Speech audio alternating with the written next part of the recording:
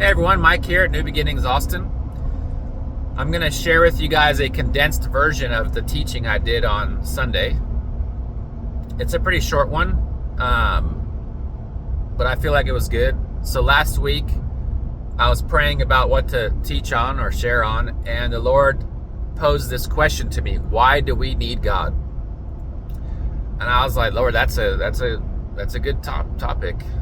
It's definitely a question I'm sure a lot of people have asked themselves in their lives. And I could give you many reasons why I think we need God.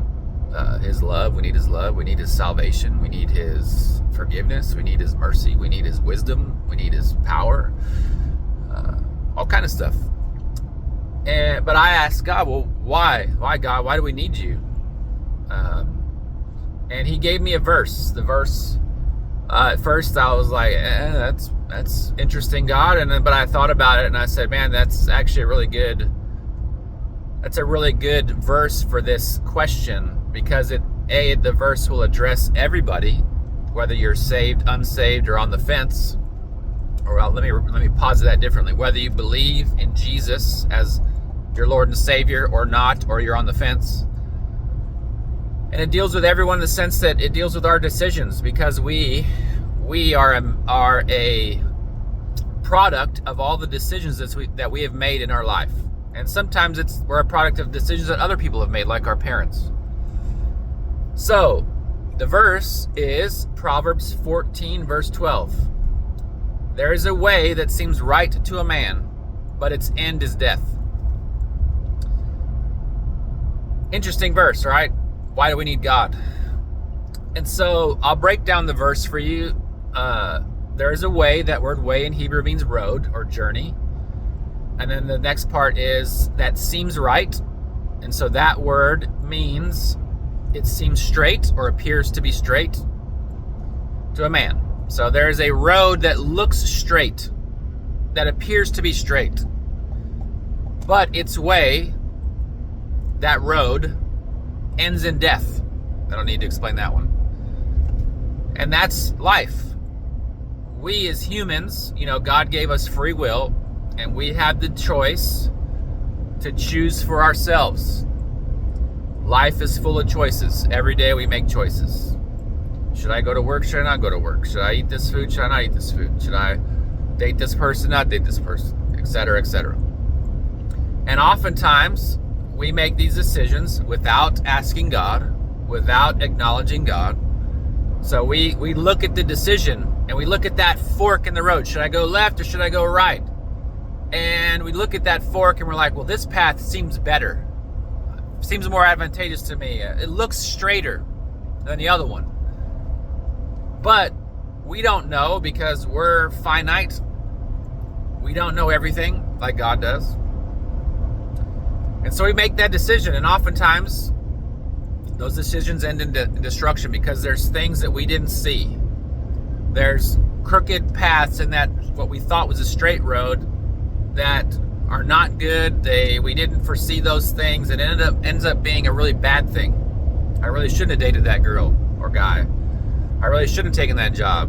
I really shouldn't have smoked that joint that was laced with something. Whatever. All these decisions that we make. And the solution, the antidote, comes from another verse or two verses in Proverbs. It's Proverbs 3, verses 5 through 6. And many of us who are Christians have probably heard this verse before. But I asked God, and He told me that this is the solution. The solution comes from Proverbs 3, verses 5 through 6. Trust in the Lord your God. Lean not on your own understanding, but in all your ways, right? That same word, ways, road. In all your ways, acknowledge Him, and He will make your crooked paths straight. And so those of us who have a decision to make, do I go this way? Do I go that way? Do I do this or that? He'll let us, if we acknowledge Him, we wait for Him to show us which one to take.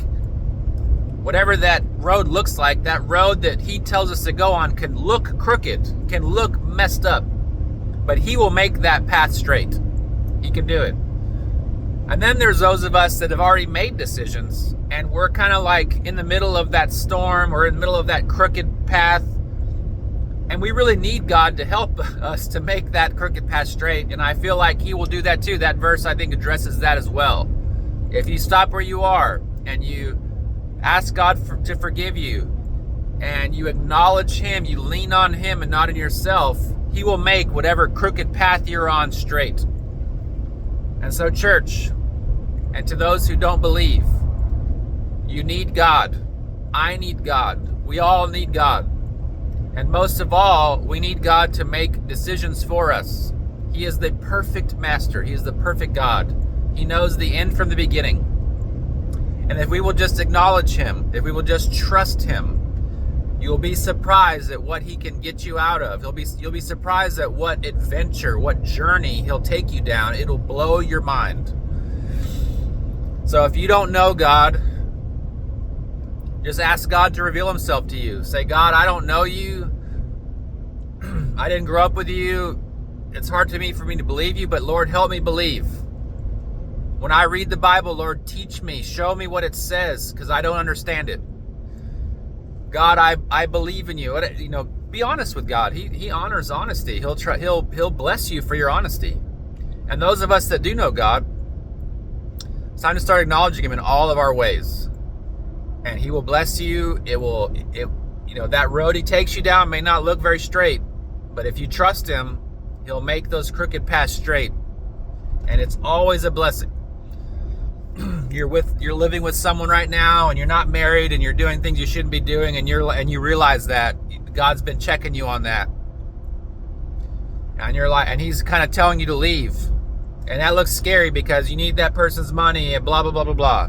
But if you trust God, and you lean not on your ways and you ask God to open a door for you, he will. He will open a door for you because he wants us to, live free from sin, because guess what? Jesus came to save us from our sin. That was why he came. Matthew 1, verse 28. And so whatever you're in, ask God to help you. Trust in him. Lean on him. Acknowledge him in all your ways and all your decisions. What way to go, what path to take. If you do that, man, your life will change. It will be blessed. You're probably going to go through some hardship. You might lose some friends or family members out of it. But were they really for you? Were they really with you? God's with you. He loves you. He knows what's best for you. And if you trust him, he'll lead you down that path what's best for you. God bless.